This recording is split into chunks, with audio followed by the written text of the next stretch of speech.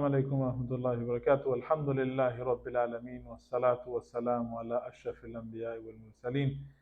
Khatam al-Nabiyyin Muhammad al-Amin sallallahu alayhi wa alihi wa sahbihi ajma'in.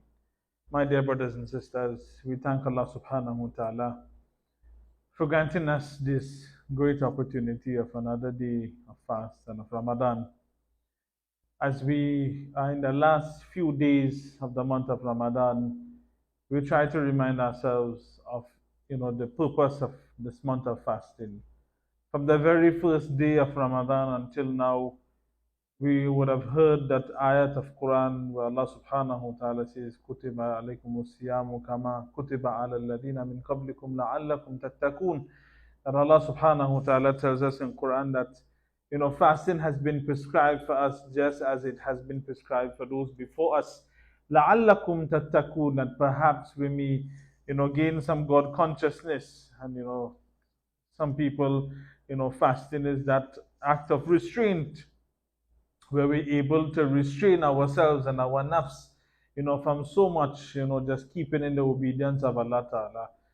Let's remind ourselves that this taqwa and this restraint that we exercise in the month of Ramadan is something that we should have throughout our lives.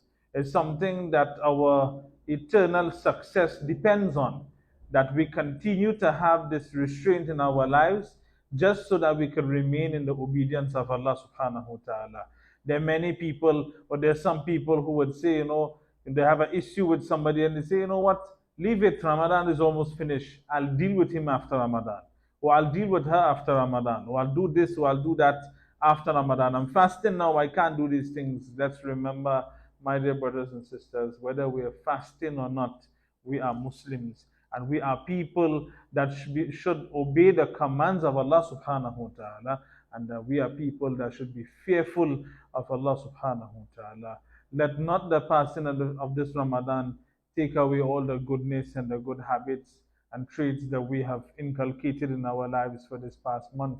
But let the passing of this month solidify these good traits in our hearts. And at the leaving of Ramadan leaves us in a better state that we found the month of Ramadan. May Allah subhanahu wa ta'ala grant us tremendous barakah in the remaining days of this month of Ramadan. And may Allah subhanahu wa ta'ala forgive us all. Wassalamu alaikum wa rahmatullahi wa barakatuh.